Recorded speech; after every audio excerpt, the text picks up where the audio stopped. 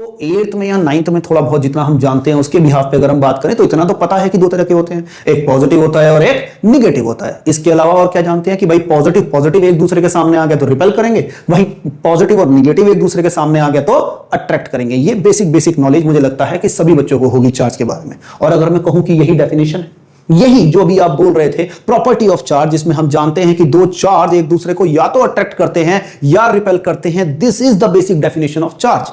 Charge कोई चीज नहीं है, चार्ज मैटर के ऊपर की वो प्रॉपर्टी है due to which it can attract और repel any other charge particle. मतलब यह है कि अगर किसी बॉडी पे चार्ज आया तो वो दूसरे चार्ज को या तो अट्रैक्ट कर सकता है या रिपेल कर सकता है। यही बेसिक डेफिनेशन ऑफ चार्ज है। तो अगर आपसे कोई पूछे कि व्हाट इज चार्ज, तो आप सिंपली बोलेंगे it is not a thing, कोई चीज नहीं है, it is a property of a matter due to which it can attract और repel any other charge particle, जिसकी वजह से वो किसी भी चार्ज पार्टिकल को या तो अट्रैक्ट कर सकता है या रिपेल कर सकता है।